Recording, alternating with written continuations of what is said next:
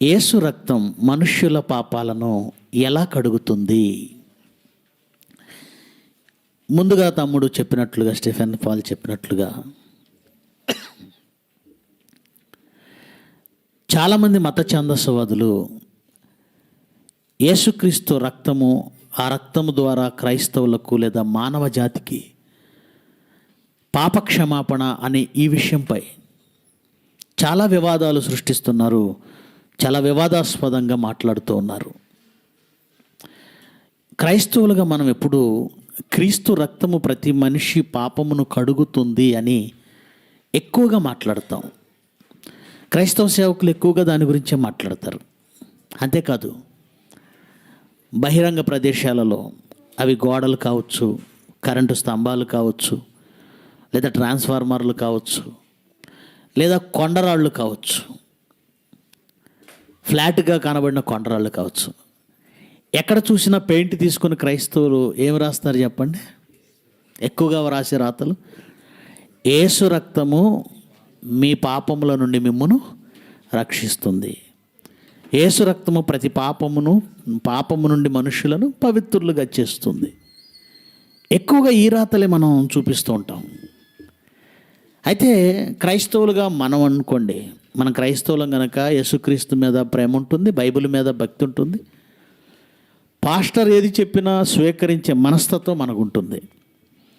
అది పాజిబులా ఇంపాసిబులా అనే కోణంలో ఆలోచించడానికి మనం అంతగా పట్టించుకోం. కానీ క్రైస్తవేతరులు ఉన్నారు, క్రీస్తును నమ్మని వాళ్ళు ఉన్నారు, మత ఛాందస్వాదులు ఉన్నారు, నాస్తిక హేతువాదులు ఉన్నారు. వాళ్ళు ఎప్పుడు మనల్ని ప్రశ్నిస్తారన్న సంగతి మర్చిపోకూడదు. వాళ్ళు ప్రశ్నిస్తారు, ప్రశ్నించడం ఏం తప్పు కాదు. కానీ ఏ ప్రశ్న సమాజం నుంచి ఎదురైనా, అది బైబిల్ పైన, క్రీస్తు పైన, లేదా మన భక్తి పైన, దానికి సమాధానం చెప్పడానికి సిద్ధంగా ఉండవలసిన బాధ్యత దేవుడు మనకిచ్చాడు. కారణం ఏమిటంటే, ఈ స్లాబ్ను, ఈ స్తంభాలు ఎలా నిలబెడుతున్నాయో, మీరు కూర్చున్న ఈ బిల్డింగ్ స్లాబ్ని, ఈ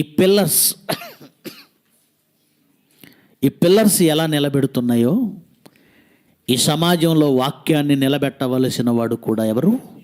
క్రైస్తవుడే. మనమే నిర్లక్ష్యంగా ఉంటే, మనమే వాక్యం నేర్చుకోకుండా ఉంటే, మనమే సమాధానం అసమర్థులుగా ఉంటే, భవిష్యత్తు తరాలకు వాక్యం అందించగలమా? దీన్ని సమాజంలో నిలబెట్టగలమా? సత్యమునకు మీరు స్తంభములు అన్న మాట చదివాక కూడా ఈ సమాజంలో తలెత్తుతున్న ప్రశ్నలకు సమాధానం చెప్పలేకపోతే అసలు మనం ప్రభు పక్షాన నిలబడిన వాళ్ళమే కాదు. ఆలోచిద్దాం. వాళ్ళు ఏమడుగుతున్నారంటే, ఏమండి, యేసు రక్తము ప్రతి పాపముల నుంచి పవిత్రులు చేస్తుంది, కడుగుతుంది, తీసేస్తుంది అని మీరు అంటున్నారు. అసలు ఎక్కడుందండి యేసు రక్తం? నాకు దగ్గు వస్తుంది.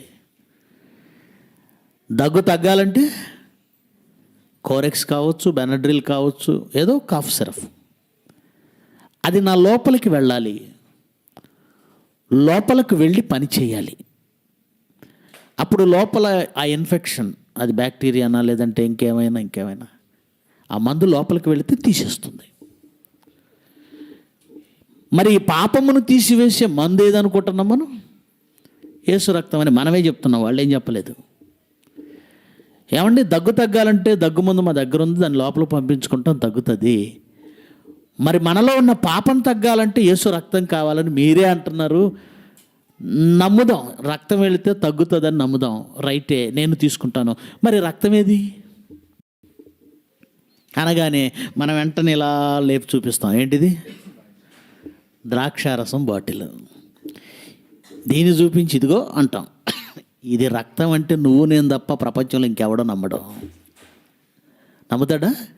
అసలు ఇది రక్తం? ఇది రక్తం అయితే ఎవరికైనా ఎక్కిస్తారా బాడీలోకి? మనకు అది అలా అలవాటు అయిపోయింది. ఇది రక్తం ఎందుకు అవుతుందని ప్రశ్నిస్తే అంతటితో ఆగిపోతాం మనం. యేసు ప్రభు చెప్పాడు కదా అని వాక్యం చూపిస్తాం. వాక్యం నువ్వు నేను అంగీకరిస్తాం, రైటే. మరి అవతల వాడు ఎలా అంగీకరిస్తాడు? పోను దాని ఎలాగా అనేది ఒక కాన్సెప్ట్ నువ్వు చెప్పాలి కదా. మనం కొన్ని కాన్సెప్ట్లు మనమే చెప్పడానికి ట్రై చేస్తున్నాం. అదేమిటంటే, ఏమంటే రక్తము శరీరంలోని ప్రతి అవయవానికి వెళుతుందండి, ప్రతి అణువుకు వెళుతుందండి. ఆ రక్తము ఆహారము రక్తంలో కలుస్తుంది. ఎలాగైతే ప్రతి అణువులోకి తీసుకెళ్తుందో, యేసు రక్తము కూడా వెళ్ళగానే ప్రతి అవయవంలోకి అణువులోకి వెళుతుందండి. ఏదో చెప్తున్నాం మనం, రైటే, నిజమే. కానీ ఆ యేసు రక్తం ఒక్క డ్రాప్ అయినా ఎవరైనా దాచారా, భద్రపరిచారా, స్టోర్ చేశారా? ఒక్క బొట్టు స్టోర్ చేసినా ఆ ఒక్క బొట్టుని అలా ఆ బాటిల్లో కలపగానే ఓకే, ఒక్క బొట్టు కలిసినా రక్తంలో ద్రాక్షారసంలో కలిసింది కనుక యేసు రక్తం ఉందనే ఒక నమ్మకం మనకు కలుగుతుంది. అలాగా ఒక్క డ్రాప్ కలిసిన ద్రాక్షారసాన్ని అప్పటి నుంచి ఇప్పటికీ జాగ్రత్తగా దానిలో కొంచెం, దీనిలో కొంచెం, దానిలో కొంచెం అలా కలుపుకుంటూ యేసు రక్తం ఉందనే ధైర్యంతో మనం వెళ్ళొచ్చు. కానీ యేసు రక్తము ఒక్క డ్రాప్ అయినా ఎవరైనా భద్రపరిచారా? ఉందా బైబిల్లో ఆధారం? లేదు. యెరూషలేము వీధులలో కారిపోయింది. శిలువ మోస్తున్నప్పుడు కొరడాలతో కొట్టారు కదండి. పిలాతు ఇంటి దగ్గర దారుణంగా కొట్టారు, అప్పుడు అక్కడ రక్తం కారిపోయింది. హేరోదు దగ్గర కొట్టారు. ఇలాగ మనం చూస్తే పిలాతు ఇంటి దగ్గర, హేరోదు ఇంటి దగ్గర, యెరూషలేము వీధులలో, ఆ కల్వరి గిరిపైన, ఆ శిలువ మ్రానుపైన, చివరికి ఆఖరి రక్తపు బొట్టు వచ్చి బయటకు వచ్చేంత వరకు కూడా విడిచిపెట్టారు వాళ్ళు. బల్లెపు పోటుతో ఆఖరి రక్తపు బొట్టు కూడా బయటకు వచ్చేసింది. అది అక్కడే కారిపోయింది, అక్కడే ఎండిపోయింది. దాన్ని ఎవరైనా భద్రపరిచారా? తీశారా? లేదే. మరి ఎక్కడుంది యేసు రక్తం? ఎప్పుడో 2000 సంవత్సరాల క్రితం ఆయన కార్చిన రక్తము ఇప్పుడున్న మన పాపాలను ఎలా తీసివేస్తుంది అని ఒకడు అడుగుతున్నాడు. ఎవరండి అతను? ఇస్కాన్ రాధా మనోహర్. అందరూ అలాగే అడుగుతున్నారు. మనం కూడా ఆలోచన చేద్దాం. యేసు రక్తము అప్పుడు కార్చాడు, ఇప్పుడు మనం రక్తం ఉందనుకొని ద్రాక్షారసాన్ని తాగుతున్నాం. అసలు మనం చేసేదానికి ఏమైనా అర్థం ఉందా? రక్తము వలన ఆయనకు ఆ రోజు కార్చిన రక్తం అప్పుడే ఎండిపోయింది, అక్కడే కారిపోయింది కదా. ఆ రక్తము వలన పాపం పోతుంది ఆయనే అన్నాడు, బైబిల్లో అన్నాడు కనుకనే మనం మాట్లాడుతున్నాం. అన్నాడా? 1 యోహాను పత్రిక 1వ అధ్యాయము 7వ వచనం. యోహాను గారు రాసిన 1వ పత్రిక 1వ అధ్యాయము 7వ వచనం. అయితే ఆయన వెలుగులో ఉన్న ప్రకారము మనమును వెలుగులో నడిచిన ఎడల అన్యోన్య సహవాసము గలవారమై ఉందుము. అప్పుడు ఆయన కుమారుడైన యేసు రక్తం ప్రతి పాపము నుండి మనలను పవిత్రులుగా చేస్తుంది. అప్పుడు యేసు రక్తం ప్రతి పాపము నుండి మనలను పవిత్రులుగా చేస్తుంది. ఆ రోజే ఎవరు స్టోర్ చేయలేదు కదా. ఎందుకు ఈ మాట అంటున్నాడు? బహుశా ఈ పత్రిక వ్రాసేటప్పటికి యేసుక్రీస్తు చనిపోయి సుమారుగా 40 సంవత్సరాలు 50 సంవత్సరాలు అయి ఉండొచ్చు. ఆయన 30లో కదండి చనిపోయాడు, 33లో. ఈ పత్రిక సుమారుగా 70-80 మధ్య రాయబడింది. అంటే అప్పటికే యేసుక్రీస్తు మరణించాడు, ఆ రక్తం ఎవరు సేవ్ చేయలేదు. కానీ ఏదో రక్తం ఉన్నట్టే అదేదో తీసేస్తున్నట్లే మాట్లాడుతున్నాడు.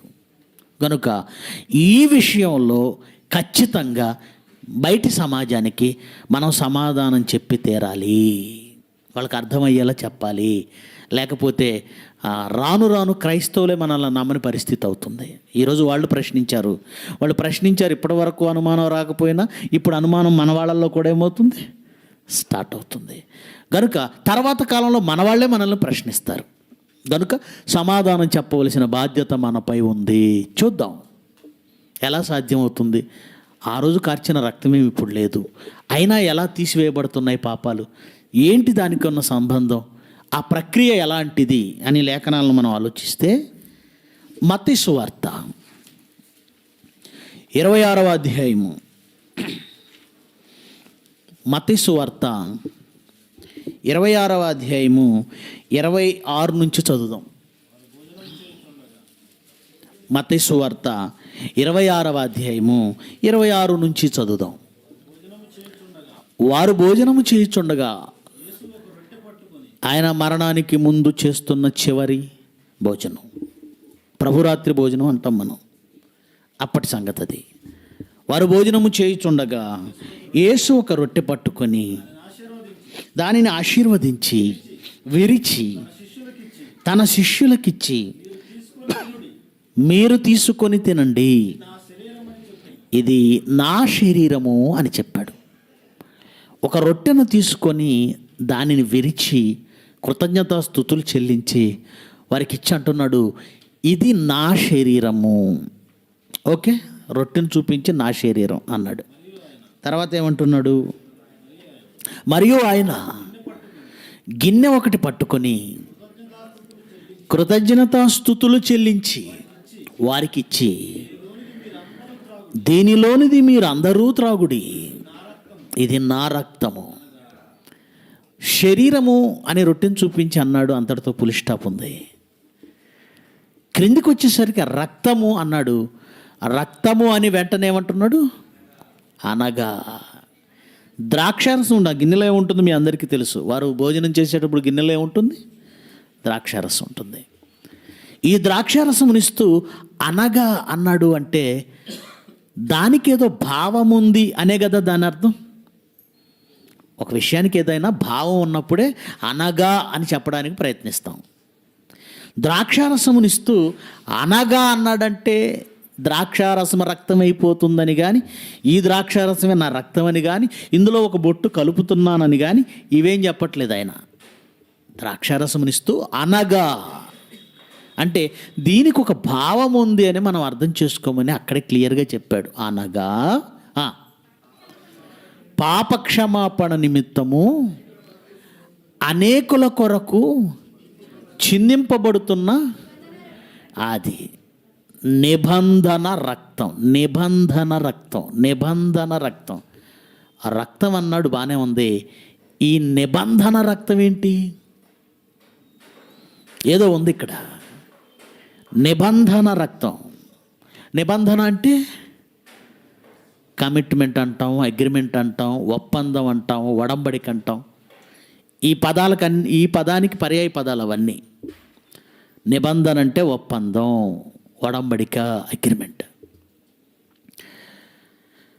రక్తం అంటున్నాడు, నిబంధన అంటున్నాడు, ద్రాక్షారసం చూపిస్తున్నాడు. మనకేదో అర్థమవుతున్నట్టుగా ఉంది కానీ ఇంకేం అర్థం కాలేదు, అలానే ఉంది బ్లాంక్గా. దీనిని అర్థం చేసుకోవడానికి మనం ఏం చేయాలి? బైబిల్ ఎప్పుడు కూడా అండి ఒక విషయం అర్థం కాకపోతే నెట్లోకి వెళ్ళి సెర్చ్ చేయకూడదు. చాలామంది ఈరోజు చేస్తున్న పెద్ద తప్పు, అందులో ముఖ్యంగా మనలో నుంచి బయటికి వెళ్ళిన వాళ్ళంతా ఏదో కొత్త విషయాలు చెప్తున్నారని చాలామంది చంకలు కొట్టుకుంటున్నారు. గుర్తుపెట్టుకోండి, బైబిల్లో ఒక వాక్యాన్ని డీల్ చేయటం కంటే గొప్పది ఏదీ లేదు. నెట్లో ఇన్ఫర్మేషన్ ఏముంది, ఎవడైనా తీస్తాడు, మత ఛందస్సువాది కూడా తీస్తాడు. నెట్లో ఇన్ఫర్మేషన్ చెప్పడం గొప్ప ఏం కాదండి. బైబిల్లో ఏం చెప్పాలో అయిపోయి చెప్పడం రాక లోకంలో కనబడిన భక్తుల జీవిత చరిత్రలు చెప్పుకుంటున్నారు చాలామంది. లోకంలో ఉన్నవాడు వాడు భక్తుడో కాదో మనకేం తెలుసు. బైబిల్లో ఉన్న భక్తులు అయితే పరిశుద్ధాత్మ సర్టిఫై చేసింది, ఖచ్చితంగా మనం చెప్పొచ్చు. కానీ లోకంలో ఉన్నవాళ్ళు పరిశుద్ధాత్మ సర్టిఫై చేసిందా? లేదు, మనకు అనవసరం. అలాగూ నెట్లో ఏదో ఇన్ఫర్మేషన్ దొరికితే దాన్ని చూసుకొని చెప్పటం గొప్ప అనుకుంటున్న వాళ్ళు గుర్తుంచుకోవాలి. మీరు కూడా గుడ్డిగా ఏమండి ఇక్కడ ప్రసంగాల కంటే అక్కడ ప్రసంగాలు టాప్గా ఉన్నాయండి. టాప్ అంటే ఏంటి? దాని కొలమానం ఏంటి? మెజర్మెంట్స్ ఏంటి? బైబిల్లో ఉన్నవా? ఏమో మీరు నాకు చెప్పాలి. బైబిల్ ఓపెన్ యూనివర్సిటీలో వచ్చే న్యూ టాపిక్స్ బయట ఎక్కడ రావు. వాళ్ళు చెప్పుకున్న అవే తిప్పి చెప్పుకుంటారు. పోనీ ఉంది ఒకటే అని చూపించండి, నేను ఛాలెంజ్ చేస్తున్నాను. అలాంటిది ఏదీ లేదు. బయటికి వెళ్ళిన ఎవడు ఇది ఒక క్రొత్త అంశం ఇప్పటి వరకు ఎవరు చెప్పండి అనేది బయటికి వెళ్ళినాడు ఎవరు తీయలేదండి, తీయడు కూడా. ఎందుకంటే ఈ దేవుడు ఎవరికి జ్ఞానం ఇచ్చాడో వాళ్ళు అహం చూపించినప్పుడు అది కట్ చేశాడు. మనం చూసాం, బైబిల్లోనే చూసాం. గనుక ఒక వాక్యాన్ని డీల్ చేయడానికి బయటికి వెళ్ళకూడదు. ఎక్కడికి వెళ్ళాలి? బైబిల్లోనే. నిబంధన అనే ఒక విషయాన్ని ప్రస్తావించాడు యేసుక్రీస్తు. మనకు కూడా తెలుసు, యేసుక్రీస్తు తన రక్తంతో ఒక నిబంధన చేశాడు. చేయలేదా? దాన్నే మనం ఏమని మాట్లాడుతున్నాం? క్రొత్త నిబంధన. మనమంతా ఆ క్రొత్త నిబంధన కిందే ఉన్నాం. రైట్. ఆయన ద్రాక్షారసమునిస్తూ తాను లోకముతో చేసిన ఒక నిబంధన గురించి ప్రస్తావించాడంటే ఇక్కడ ఏదో విషయం ఉంది. దీన్ని మరి సంపూర్ణంగా అర్థం చేసుకోవాలంటే ఖచ్చితంగా నిబంధనలు జరిగిన సందర్భాలు ఏమైనా ఉన్నాయేమో చూసుకొని ఆ సందర్భాలు ఈ సందర్భాన్ని అర్థం చేసుకోవడానికి సపోర్ట్ అవుతాయి. బైబిల్ని అలా అర్థం చేసుకోవాలి. ఈ నిబంధనను అర్థం చేసుకోవాలంటే గతమందు దేవుడు ఎక్కడైనా నిబంధనలు చేశాడా అవి మనం చూసుకోవాలి, చదువుకోవాలి. అప్పుడు ఇది అర్థం చేసుకోవడానికి ఒక అవకాశం మనకు ఉంటుంది. చూద్దాం అలాంటి నిబంధనలు బైబిల్లో. ఆదికాండము 9వ అధ్యాయము. ఎవరైనా కిందకి వెళ్ళి నా బ్యాగ్లో కరక్కాయలు అన్నీ తీసురండి. నా బ్యాగ్లో కరక్కాయ ఉంది. ఆదికాండము 9వ అధ్యాయము 8వ వచనం నుంచి చదువుదాం. ఆదికాండము 9వ అధ్యాయము 8వ వచనం నుంచి. మరియు దేవుడు నోవహు అతని కుమారులతో, ఇదిగో నేను మీతోనూ మీ తదనంతరము మీ సంతానముతోనూ మీతో కూడానున్న ప్రతి జీవితోనూ, పక్షులేమి పశువులేమి, మీతో కూడా సమస్తమైన భూజంతువులేమి, ఓడలో నుండి బయటికి వచ్చిన సమస్త భూజంతువులతోనూ నా నిబంధనను స్థిరపరచుచున్నాను. నోవహు కాలంలో వచ్చిన జలప్రళయం ముగిసింది. జలప్రళయం ముగిసిన తర్వాత ఓడలో నుంచి వాళ్ళు బయటకు వచ్చారు. బయటికి వచ్చిన తర్వాత దేవుడు వారితో ఒక నిబంధన చేస్తున్నాడు. జలప్రళయం అయిపోయింది. జలప్రళయం అయిపోయిన తర్వాత ఓడలో నుంచి వచ్చారు. ఓడలో నుంచి వచ్చిన తర్వాత నోవహు కుటుంబం ఒక్కటే ఉంది వాళ్ళతో. ఆ తర్వాత జంతువులతో ఒక నిబంధన చేస్తున్నాడు. అదేమిటో చూడండి. నేను మీతో నా నిబంధనను స్థిరపరచుదును, సమస్త శరీరులు ప్రవాహముల జలముల వలన ఇకను లయపరచబడరు, భూమిని నాశనం చేయుటకు ఇకను జల ప్రవాహము కలగదు అని పలికెను. ఏమండి? తర్వాత అప్పటి వరకు జీవరాశి తుడిచిపెట్టబడినది దేనితో? జలప్రళయం వలనే జీవరాశి తుడిచిపెట్టబడింది. ఇప్పుడు వాళ్ళకి మాట ఇస్తున్నాడు. ఎందుకంటే రాగానే ఆ నోవహు ఒక బలిచ్చాడు. పవిత్రమైన పక్షులు, పవిత్రమైన గోవలు, వాటిని బలిస్తే వాటి ఇంపైన సువాసనను ఆగ్రానించి సంతోషపడిన దేవుడు ఆ రోజు వాళ్ళతో ఒక నిబంధన చేశాడు. నాయనా, ఇప్పుడు జరిగిన ఈ క్రూరమైన లేదా ఈ ఘోరమైన మారణకాండ లేదంటే ఈ వినాశనం, జలముల వలన ఇక నేను భవిష్యత్తులో ఇలాంటి వినాశనాన్ని జరిగించను.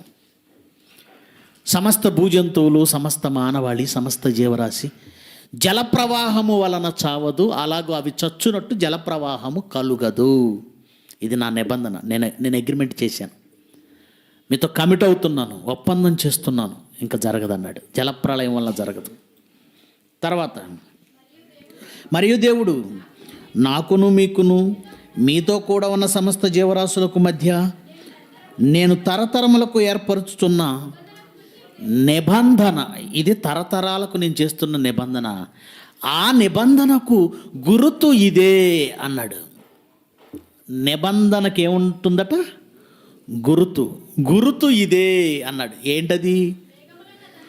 మేఘములో నా ధనస్సు నుంచి తిని. ఏముంచాడు మేఘంలో? ధనస్సు. ఏ ధనస్సు? ఆయనేమో నా ధనస్సు అంటాడు, మీరేమో ఇంద్రుడికి ఇచ్చేయండి. ఆయన నా ధనస్సు అన్నాడా, ఇంద్రధనస్సు అన్నాడా? అసలు ఇంద్రుడు ఉన్నాడా?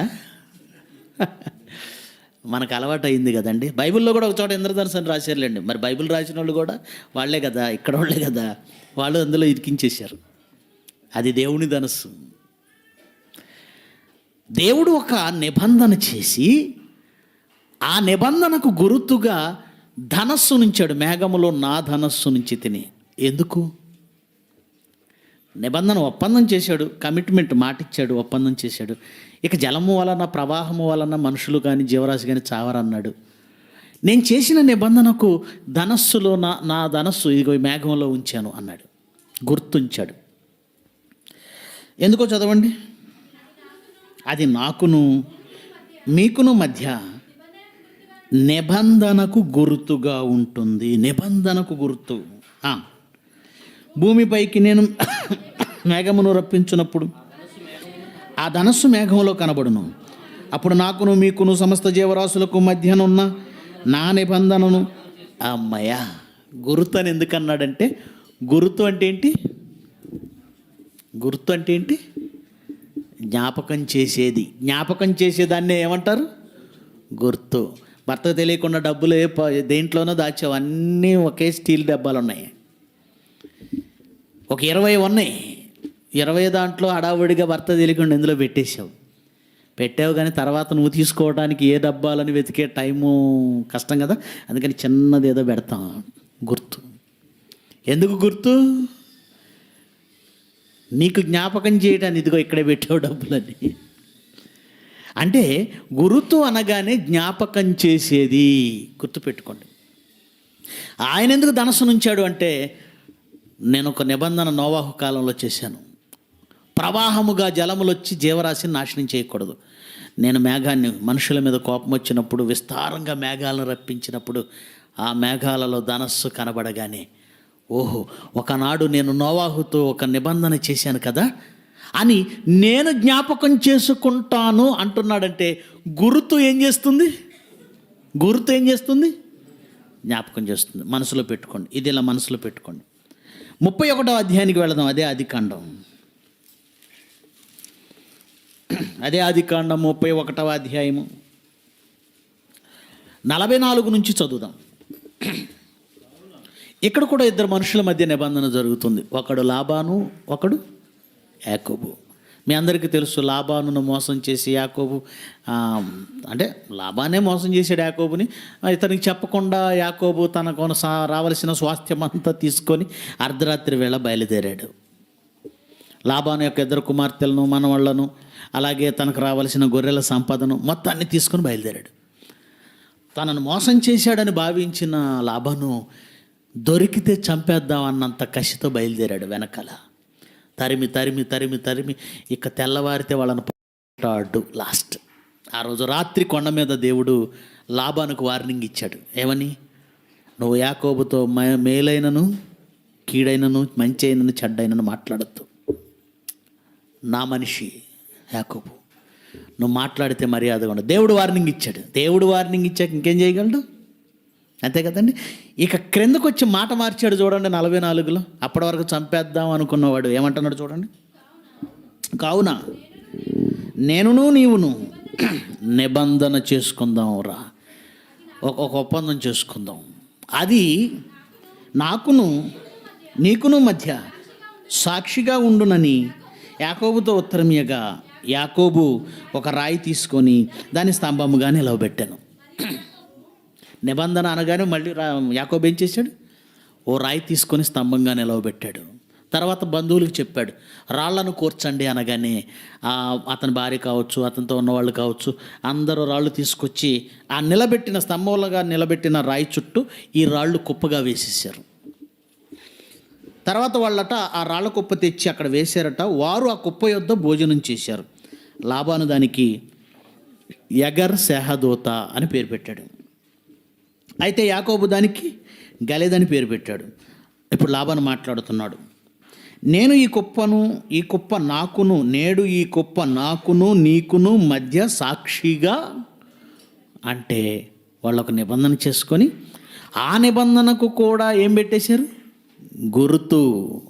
ఒక గుర్తు. ఈ స్తంభం నిలబెట్టడం, దాని చుట్టూ రాళ్ల కుప్ప వేయటం, ఇదేమనుకుంటున్నారు మీరు? గుర్తు. ఏమని? చదవండి 49.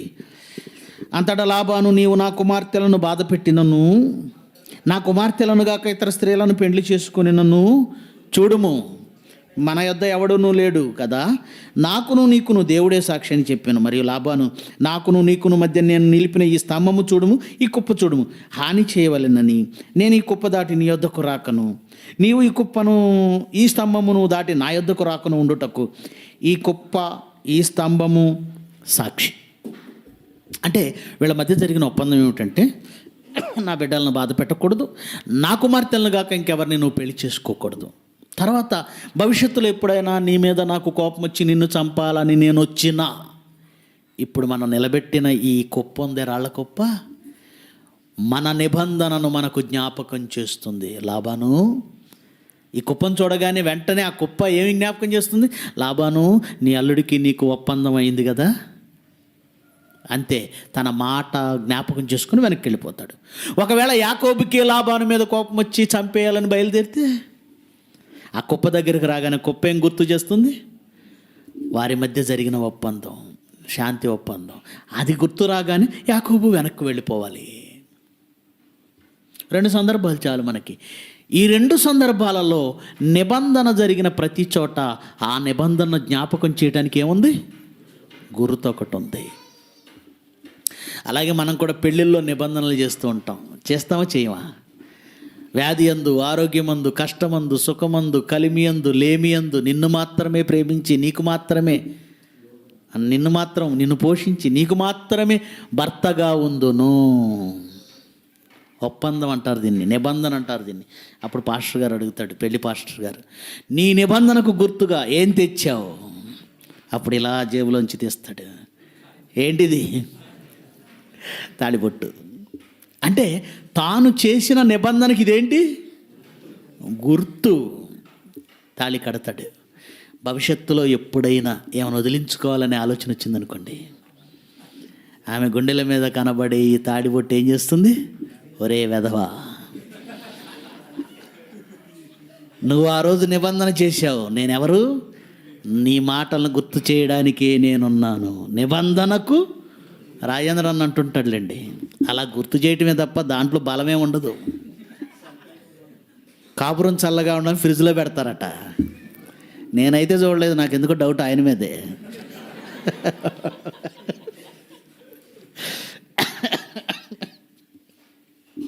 ఏమండి, మాంగళ్య బలం అట సినిమా తీశారు కదండి. ఏ బలం? మాంగళ్య బలం. ఈ సినిమాలు ఎలా ఉంటాయంటే, ఎక్కడో భర్త ఉంటాడట, ఎక్కడ ఈవిడ పువ్వు రాలగానే ఆయన పోతాడట. మొన్ననే మంగళగిరిలో ట్రాఫిక్లో వెళ్తున్నానండి నేను, కారు. ఒక ఆవిడ అలా దాడుతున్నప్పుడు టక్కన గులాబీ పువ్వు పడిందండి. ఆవిడ వెనక్కి తిరిగి తీసి పెట్టుకుంది. అదేంటి? పువ్వు పడగానే అలా ఆయనకి ఫోన్ చేసి ఉన్నావా పోయావా? ఎందుకంటే పువ్వు రాలిపోయింది. సినిమాలు ఎలా ఉంటాయి? ఆ సినిమాలు చూసి ఇన్స్పైర్ అయిపోయి మాంగళ్యంలో ఏముందట? బలం లేదు, పాడు లేదు. ఆయన వదిలేద్దాం అనుకుంటే ఇది ఆపుతుందా? అడ్డుకోగలదా? మరి ఏం చేయగలదు? గుర్తు తెచ్చుకోవాలి. గుర్తు చేస్తుంది.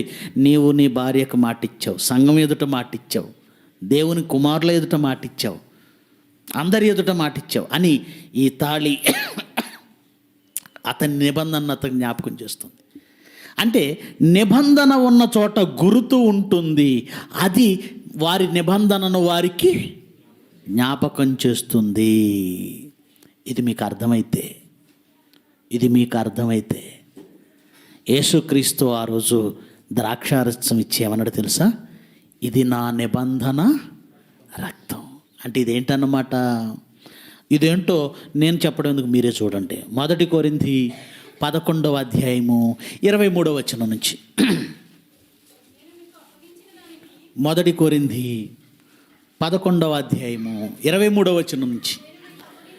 నేను మీకు అప్పగించిన దానిని ప్రభువు వలన పొంది తిని, ప్రభు అయిన యేసు తాను అప్పగింపబడిన రాత్రి ఒక రొట్టెనెత్తుకొని కృతజ్ఞతాస్తుతులు చెల్లించి దానిని విరిచి, ఇది మీ కొరకైన నా శరీరం. ఎందుకు చేయాలన్నాడో జాగ్రత్తగా మనసు పెట్టి చదవాలి. నన్ను జ్ఞాపకం చేసుకొనుటకై దీనిని చెయ్యండి. అంటే దీనిని చెయ్యగానే మనకు ఏమొస్తుంది? జ్ఞాపకం వస్తుంది. దీనిని చెయ్యగానే మనకు ఏమొస్తుంది అంటే, ఈ రొట్టె ఏంటనమాట? జ్ఞాపకము చేసేది. అర్థమైందా? ఈ రొట్టె ఏంటి? జ్ఞాపకము చేసేది. తర్వాత ద్రాక్షరసం ఆ ప్రకారమే భోజనమైన పిమ్మట ఆయన పాత్రనెత్తుకొని, ఈ పాత్ర నా రక్తం వలనైన క్రొత్త నిబంధన, మీరు దీనిలోనిది త్రాగునప్పుడల్లా, మళ్ళీ ఏమన్నాడు? నన్ను జ్ఞాపకం చేసుకొనుటకై. ఇది కూడా ఏంటన్నమాట? జ్ఞాపకము చేసేది. ఏం జ్ఞాపకం చేస్తుంది? నిబంధనను. నిబంధన అంటే రొట్టె కానీ ద్రాక్షారసం కానీ ఏంటన్నమాట ఇవి? ప్రతి నిబంధన జరిగే చోట ఒక గుర్తు ఉంటుందన్నది ఎంత యథార్థమో వాస్తవమో యేసుక్రీస్తుకి మనకు మధ్య జరిగిన ఒప్పందం. ఆయన ఒక ఒప్పందం చేశాడు. దాన్నే మనం ఏమంటున్నాం? ఇశ్రాయేలీలతో చేసిన దానినైతే పాత నిబంధన అంటున్నాం. అలాగే క్రైస్తవులతో చేసిన దాన్ని క్రొత్త నిబంధన అంటున్నాం. మనతో ఆయన నిబంధన చేశాడు. నిబంధన అంటే ఇరు వర్గాల వాళ్ళు చెప్పే మాటలు ఉంటాయండి. అంటే ఇద్దరి మాట ఉంటుంది. దేవుడు మనతో చేసిన నిబంధన, మనతో చేసిన ఒప్పందం, మనం దేవుడితో చేసిన ఒప్పందం, రెండు ఉంటాయి. ఆయన మనతో ఏం చేశాడు చూద్దామా? హెబ్రీయులకు రాసిన పత్రిక 8వ అధ్యాయం. మనతో ఆయన ఏమని ఒప్పందం చేశాడు? హెబ్రీ పత్రిక 8వ అధ్యాయము 10వ వచనం. ఆ దినములైన తర్వాత ఇశ్రాయేలు ఇంటి వారితో నేను చేయబో నిబంధన ఏదనగా, వారి మనసులో నా ధర్మ విధుల నుంచెదను, వారి హృదయముల మీద వాటిని వ్రాయుదును. నేను వారికి దేవుడినయుందును, వారు నాకు ప్రజలయుందురు. వారిలో ఎవడో ప్రభువును తెలుసుకునడని తన పట్టణస్థునికైనా తన సహోదరునికైనా ఉపదేశం చేయుడు. వారిలో చిన్నలు మొదలుకొని పెద్దల వరకు అందరూ నన్ను తెలుసుకొందురు. నేను వారి దోషముల విషయమై దయగలిగి వారి పాపములను ఇక ఎన్నడును, అది ఆయన ఇచ్చిన మాట ఏంటంటే, నేను వారి పాపముల విషయమై దయగలిగి వారి దోషములను ఇక ఎన్నడును జ్ఞాపకం చేసుకొనను. ఆయన చేసిన ఒప్పందం ఏంటి? మీ పాపములను జ్ఞాపకం చేసుకొనను. ఇప్పుడు నిబంధనలో ఉన్న ప్రతి గుర్తు ఏం చేస్తుంది? జ్ఞాపకం. మేఘాలలోనికి ధనస్సును రప్పించాడు. ఎందుకు? జలప్రవాహముతో సమస్త జీవరాశి నోవాహు కాలంలో తుడిచిపెట్టబడినట్లు ఇక భవిష్యత్తులో ఎప్పుడు అలా జరగదని మాటిచ్చాడు. భవిష్యత్తులో ఎప్పుడైనా మానవ జాతి మీద కోపం వచ్చి ఆయనకు ప్రచండమైన ఆయన తుఫాను, ప్రచండమైన ఆయన మేఘాలు ఈ భూమి మీద కమ్ముకున్నాయనుకోండి, మేఘంలో ధనస్సు వస్తుంది. ఆ ధనస్సు ఆ ప్రళయాన్ని ఆపగలదా? మీరే చెప్పాలి. ఆపగలదా? మరి ఎవరు ఆపాలి? ఆ ధనస్సును చూసి తన నిబంధనను జ్ఞాపకం చేసుకొని దేవుడు ఆపవలసి ఉంది. ఇది మీకు అర్థమైందా? అంటే గుర్తు ఏం చేయగలదు? కేవలం వారి నిబంధనలు వారికి జ్ఞాపకం చేస్తుంది తప్ప ఆపే శక్తి దానికి.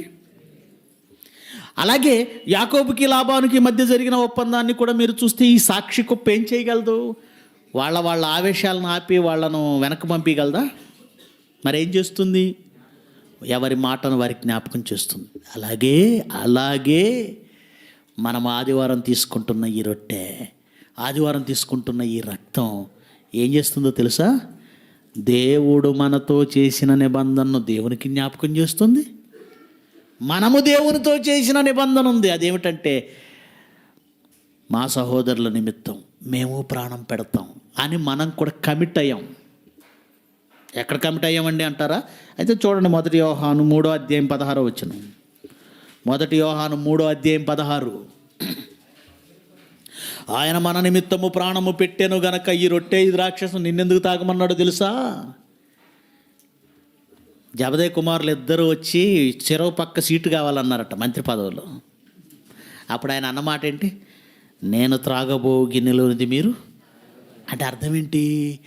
ఆయన ఎలాగైతే మరణించాడో మీరు కూడా మరణించాలని ఆ రోజే చెప్పాడు. మనము రొట్టె ద్రాక్షరసం తీసుకుంటున్నామంటే దాని అర్థం ఏంటంటే, ఆయనకు మాట ఇచ్చాం. వాళ్ళు అన్నారు ఆ రోజు త్రాగలం అని. మనం బాప్తిజం తీసుకున్నామంటే దాని అర్థం ఏంటో తెలుసా? మనం కూడా దేవుడితో ప్రమాణం చేశాం. తండ్రి, నీకోసం ఇదిగో ఈ బాప్తిజంలో ఇలా సమాధి చేయబడ్డావు, ఇది ప్రమాణం మాత్రమే. ఇలాగ నీకోసం సమాధి చేయబడతాను అని నువ్వు మాట ఇవ్వడమే బాప్తిజం. చాలామందికి అది అర్థం కాదు. బాప్తిజంలో ఏం చేస్తున్నారు? సేవకుడు ఏం చేస్తాడు? నిన్ను సమాధి చేస్తాడు నీళ్ళల్లో. ఎందుకో తెలుసా? నీ కోసము నా సహోదరుల కోసం ఇలా సమాధి అయిపోవడానికి నేను సిద్ధపడ్డాను అని దేవుడితో నువ్వు ప్రమాణం చేయటం. అది గనుక ఏమంటున్నాడు చదవండి, 1 యోహాను 3వ అధ్యాయం 16వ వచనం. ఆయన మన నిమిత్తము ప్రాణము పెట్టెను గనుక దీని వలన ప్రేమ ఎట్టిదని తెలుసుకొనుచున్నాము. మనము కూడా సహోదరుల నిమిత్తము ప్రాణము పెట్ట బద్ధులు అంటే ఏంటి? బద్ధులు అంటే ఏంటి? నువ్వు ఒప్పందమయ్యావు అని అర్థం. బద్ధుడవు అయ్యావంటే, బద్ధుడవు అంటే కమిట్ అయ్యావు, ఒప్పందం చేశావు. ఇప్పుడు ఈ రొట్టె ద్రాక్షారసము ఏం చేస్తుంది అంటే, నీ కోసం, నీ నా సహోదరుల కోసం ప్రాణం పెడతాను అని నువ్వన్న మాటను నీకు జ్ఞాపకం చేస్తుంది. వారి పాపముల విషయమై దయగలిగి నేను వారి దోషములకి ఎన్నడూ జ్ఞాపకం చేసుకోను అన్న మాట ఆయనకు జ్ఞాపకం చేస్తుంది. అంటే ఈ రొట్టె ద్రాక్షారసం తీసుకోగానే నీ నిబంధన నువ్వు జ్ఞాపకం చేసుకుంటూ దేవుని నిబంధన దేవునికి జ్ఞాపకం చేయటం ద్వారా ఆయన తాను ఇచ్చిన మాట ప్రకారము నీ పాపములను ఆయన తీసేస్తున్నాడు. అర్థమైందా? కార్యక్రమం అర్థమైందా? అంతేనా? నువ్వు తీసుకునే ద్రాక్షారసంలో మందు ఉండేది లోపలికి వెళ్ళిపోగానే ఆటోమేటిక్గా నీ పాపాలు పోతున్నాయా? మీరే చెప్పండి. ఈ నిబంధన రక్తము అంటే ద్రాక్షారసము నువ్వు తీసుకోగానే దేవుడు పాపాలు తీసేస్తున్నాడు, అంతేనా? ఆటోమేటిక్గా అది లోపలికి వెళ్ళగానే పాపాలు పోతాయా? కాదు. ఇవి నీకు జ్ఞాపకం చేస్తాయి. నీకు తండ్రికి మధ్య, నీకు క్రీస్తుకున్న మధ్య ఒప్పందాన్ని జ్ఞాపకం చేసే గురుతులు మాత్రమే. గురుతులు మాత్రమే. గురుతులు మాత్రమే. గురుతులు మాత్రమే. ఇశ్రాయేలీలు ఐగుప్తు దేశం నుంచి దాటి వస్తున్నారు. ఆ రాత్రి దేవుడు మోషేతో ఒక మాట చెప్పాడు. పవిత్రమైన ఒక పశువుని, గొర్రెపిల్లను వధించి ఆ గొర్రెపిల్ల రక్తాన్ని ఆ ద్వారబంధముల మీద నిలువు కమ్మికి, అడ్డ కమ్మికి పోయమన్నాడు. సంహారదూత ఐగుప్తు దేశంలో దిగాడు. ఏ గుమ్మము పైన, ఏ ద్వారబంధం పైన ఆ రక్తము కనబడుతుందో ఆ గుమ్మాన్ని దాటిపోయాడు. ఇప్పుడు నేను మాట అడుగుతాను మిమ్మల్ని, ఇశ్రాయేలీలను ఆ రక్తము కాపాడిందా? సహజంగా మనం ఏమంటాం, రక్తం కాపాడిందండి అంటాం. రక్తం కాపాడిందా, కేవలం అది గుర్తు చేసిందా? మీరు ఆలోచించి వివేచనతో చెప్పండి. గుర్తు. ఆ గుర్తు, ఆ రక్తాన్ని చూసి ఈ సంహారదూత దాటిపోయాడు. దాన్నే పస్కా అంటారు దాన్ని. ఓకే, అర్థమవుతుంది కదా మీకు? ఇంకొకటి చెప్తాను. వేగుల వారు వచ్చారు ఎరికో పట్టణం నాశనానికి ముందు. దాన్ని వేగు చూడడానికి మరి యెహోషువ పంపించాడు. మరి రాహాబు వేష దగ్గర చేరారు. వెనకాల సైనికులు వచ్చారు. వాళ్ళను పైన జమ్ములో దాచింది. వాళ్ళని పంపించేసింది. ఇదిగో ఈ దిక్కుగా వెళ్ళారు, మీరు వెళితే వాళ్ళని తరిమితే పట్టుకుంటారని వాళ్ళని మార్గం తప్పించింది. వాళ్ళ దృష్టి మరల్చింది, పంపించేసింది. వాళ్ళని దింపి వాళ్ళతో మాట్లాడుతుంది. మీ దేవుడైన యెహోవా శక్తిమంతుడని, ఐగుప్తులో చేసిన అద్భుతాలు, ఆ ఎర్ర సముద్రాన్ని పాయలు చేయటం, సీహోను ఓగు అనే రాజులను ఓడించటం, అబ్బబ్బా ఒకటి కాదు. మీ దేవుడు పరాక్రమవంతుడు. ఆకాశం ముందు కానీ భూమి మీద కానీ ఆయనే దేవుడు. అటువంటి దేవుడు ఇంకెక్కడా లేడు అని ఒక మాట చెప్పింది. నేను మిమ్మల్ని కాపాడాను కదా, మీరు ఈ పట్టణాన్ని పట్టుకుంటారని మాకు తెలుసు, దీన్ని తగలబెట్టేస్తారని మాకు తెలుసు, మీ దేవుడైన యెహోవా దీన్ని మీకు అప్పగిస్తాడని మాకు తెలుసు. ఈ పట్టణాన్ని మీరు పట్టుకునేటప్పుడు నన్ను, నా కుటుంబాన్ని కాపాడతారా? మాట ఇవ్వండి. వేశ్య అయిన తనను, తన కుటుంబాన్ని కాపాడుకుంది. మీరు సింగిల్గా వచ్చి ఉంటారు, స్కూటర్ మీద ఈయన, ఆటోలో ఈవిడ. పాట మాత్రం నేను నా ఇంటి వారము. ప్రతి వారం ఒక పాట పాడతాడు ఈయన. అంకులు ఆంటీ గారు ఏరియా అన్న. రాలేదయ్యా అన్నాడు. మరి పాట ఏం పాడాడు? నేను నా ఇంటి వారము యెహోవాను సేవించము. మరి నీ ఇంటివారు ఏరి? మీ తల్లిదండ్రులు ఏరి? మీ బాబాయ్ పిన్ని ఏరి? మేనత్త మేనమామ ఏరి? ఒక కార్యక్రమం జరుగుతుంటే కుటుంబం అంతటిని లాక్కొస్తారా? అబ్బే, పెళ్ళట, పెళ్ళికూతురు బట్టలు తీయాలట, మొత్తం 50 మంది బయలుదేరారు. ఎక్కడికి? షాపింగ్కి. మళ్ళీ ఇందులో ఒక ఆవిడికి చెప్పడం మర్చిపోతే ఆవిడ అలగడం. దేనికమ్మా? పెళ్లి కూతురు మ్యాచింగ్ చూడడానికి కూడా పిలవాలట. మరి సువార్తకి సెమినార్ ఉందా రమ్మని మీరు పిలవరు, పిలిచిన వాళ్ళు రారు. చెప్పలేదని అసలు బాధపడరు. మాకెందుకు చెప్పలేదు అనేవాళ్ళు ఎవరు లేరు. అమ్మ చెప్పకుండా ఉంటేనే బెటర్. మనకంటే వేశ్యే బెటర్ కదండి. దేవుడు అందుకే వేశ్య అయినా పర్లేదు కానీ నీలాంటి వేషధారి వద్దనుకున్నాడు. కనుక వేశ్య అయినా ఏమనుకుంది, నా కుటుంబం అంతా కాపాడుకోవాలి. అప్పుడు వాళ్ళు ఇచ్చినటువంటి ప్లాన్ ఏంటో తెలుసా? ఈ ఎర్రని దారాన్ని ఇంటి కిటికీకి కట్టు. ఎందుకంటే ఆమె ఇల్లు ఎక్కడుంది? ప్రహరీ పైన ఉందట. ప్రాహారం అంటే ఆ చైనా వాళ్ళు ఎలాగైతే చైనా దేశం చుట్టూ ఉందో ఆ ఎరుకో పట్టణం చుట్టూ పెద్ద గోడ. ఆ గోడ మీద ఇల్లు ఉందటండి. గోడ మీద ఇల్లు ఉంటుందా? ఆ గోడ మీద ఇల్లు ఉందన్నాడంటే గోడ అంత పెద్దది, గుర్తుపెట్టుకోండి. చైనా గోడ మీద 2 బస్సులు అలా క్రాస్ అయ్యి వెళ్ళిపోతాయి, అంత పెద్దది చైనా గోడ. అలాగే ఎరుకో పట్టణం చుట్టూ వాళ్ళు కట్టిన గోడ ఎంత పెద్దది. ఆమె ఇల్లే ఉందంటే గోడ ఎంత మందంగా ఉందో మీరు ఆలోచించండి. అంత మందంగా ఉంది కనుకనే 7 దినములు దాని చుట్టూ తిరిగి 7వ దినమున పెద్ద ఆర్భాటంతో కేకలు వేస్తూ వాళ్ళ చేతుల్లో ఉన్న కుండలు పగలగొట్టి పెద్దగా కేకలు వేస్తే అప్పుడు కూలిపోయింది. అది మామూలుగా కూలగొట్టడానికి అవ్వదు గనక దేవుడు సైన్స్ ఉపయోగించి కొట్టేశాడు. అనునాదం అనే సూత్రం. అంటే ఇప్పుడు ఈ నా కుటుంబాన్ని కాపాడండి అని ఈమె అడిగిన ఆ మాటకి ఎర్రని దారం ఇంటి కిటికీకి కట్టనిచ్చారు. ఎందుకు? వచ్చింది వీళ్ళిద్దరే. రేపొద్దున వచ్చి ఆ పట్టణం మీద పడేవాళ్ళు ఇద్దరా? 6 లక్షల మంది. 6 లక్షల మంది ఆ పట్టణాన్ని చుట్టుముట్టుతారేమో. అప్పుడు ఈ ఇద్దరు ఎక్కడున్నారో ఈమె వెతుక్కోలేదు. కరెక్ట్గా ఈ ఇంటికి వాళ్ళిద్దరూ రాలేరు గనుక, అమ్మ ఈ ఎర్రని దారాన్ని కిటికీ కట్టు, మేము వెళ్ళి చెప్తాము. ఎవరు ఈ ఇంటి దగ్గరకు వచ్చి తగలబెట్టడానికి వచ్చినా ఈ ఎర్రని దారాన్ని చూసి మీ అందరినీ కాపాడి మిమ్మల్ని బయటికి తీసుకొచ్చేస్తారు. ఆమెకు అది చెప్పారు, ఎర్రని దారం ఇచ్చారు. ఇశ్రాయేలీయుల దగ్గరికి వెళ్ళారు. ఇదిగో మమ్మల్ని కాపాడిన ఒక ఆవిడ ఉంది రాహాబు, ఏ ఇంటి కిటికీకి ఎర్రని దారము కనబడుతుందో మీరు ఆ ఇంట్లో వారిని కాపాడండి అని వాళ్ళకి చెప్పారు. ఇశ్రాయేలీయులు వచ్చారు, అది కూలిపోతుంది, మరి ఆ ఇంటి వారిని కాపాడాలి. తగలబెట్టేటప్పుడు ఆ పట్టణాన్ని తగలబెట్టే ముందు ఏ ఇంటి కిటికీకి ఎర్రని దారం కనబడిందో ఆ ఇంట్లో వాళ్ళని బయటికి తీసుకొచ్చారు. వాళ్ళిద్దరి మధ్య జరిగిన ఒప్పందంలో ఆ ఒప్పందానికి గుర్తుగా నిలిచిందేది? ఈ ఎర్రని దారం కాపాడిందా, ఎర్రని దారం గుర్తు చేసిందా? యుక్తిగా చెప్పండి. అది గనుక ఆ గొర్రెపిల్ల రక్తమైన ఇదిగో వీళ్ళు ఇశ్రాయేలీయులని సంహార దూతకు గుర్తు చేసింది. ఈ ఎర్రని దారమైన ఇదిగో ఈమె రాహాబ్ అనే విషయాన్ని చెప్పింది. ఏమండి, ఆ ధనస్సు అయినా ఇదిగో నీ నిబంధన తండ్రి, నువ్వు నిబంధన చేసావు నోవాహు కాలం అని తండ్రికి గుర్తు చేస్తుంది. యేసుక్రీస్తు అన్నాడు, ఈ పాత్రలోనిది నా నిబంధన రక్తం. నా రక్తం ఎందుకు చిందించబడిందో, నా శరీరం ఎందుకు చిందించబడిందో నువ్వు గుర్తు చేసుకోవడానికి ఇది నీకు ఇస్తున్నాను. ఇది నీకు జ్ఞాపకం చేస్తుంది. నన్ను జ్ఞాపకం చేసుకొనుటకై ఈ ద్రాక్షారసం నుంచి పాపం పోతుంది అనలేదు ఆయన. ఈ ద్రాక్షారసంను బట్టి పాపం పోదు, నన్ను జ్ఞాపకం చేసుకొనుటకై. ఇది జ్ఞాపకం చేసేది. మరి పాపం తీసేది యేసు రక్తమే కదండి. యేసు రక్తమే ముమ్మాటికి కాదని ఎవరన్నారు? మరి ఎలా తీసేస్తుందండి? ఎప్పుడో 2000 సంవత్సరాల క్రితం అక్కడ కారిపోయింది కదా. అక్కడ కారిపోతే మాత్రం పాపం తీయటానికి నీలోకి వచ్చి నీలో రక్తంలో కలవాలా? నో. ఆ ప్రాసెస్ ఎలా? మరి మనమే మాట్లాడుతూ అంటాము, ఏమండి ఎంతోమంది స్వాతంత్ర సమర యోధుల రక్త తర్పణ ఈరోజు మనకు స్వేచ్ఛావాయువులు పీల్చడానికి కారణమైందండి. ఈరోజు మనం స్వేచ్ఛావాయువులు పీలుస్తున్నామంటే ఆ మహనీయుల రక్తమే అంటామా అనమా?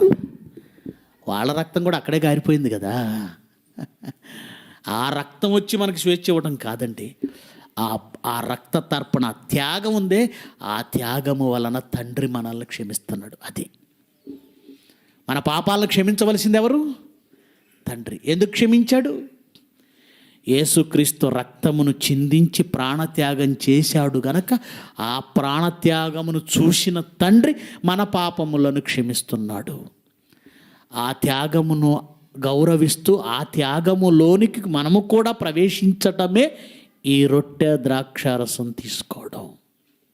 ఎప్పుడైతే రొట్టె ద్రాక్షారసంను తీసుకుంటున్నావో ఆ ప్రభు యొక్క త్యాగాన్ని నువ్వు అంగీకరిస్తున్నావని, అలాగే నేను అనేకుల కొరకు త్యాగమైపోతాను అని నువ్వు తండ్రికి సంకేతాలు పంపిస్తున్నావు.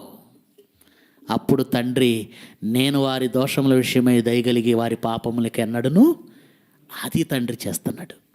గనుక క్షమించే తండ్రిలోనే కానీ నువ్వు తీసుకునే ద్రాక్షారసములో ఏమీ అయితే ఇది పవిత్రమైన కార్యక్రమం. ఏది? తండ్రికి మనకి ఉన్న నిబంధనకు గుర్తుగా నిన్ను తీసుకోమన్నాడే రొట్టె ద్రాక్షరసం. అదే కార్యక్రమం పవిత్రమైన కార్యక్రమం కనుక దాన్ని వద్దనడానికి వీల్లేదు. అలాగని ద్రాక్షారసంలో యేసుప్రభు రక్తం కలిసిందని అవివేకంగా ఆలోచించకం. రొట్టె అనగానే ఇది యేసుప్రభు శరీరం.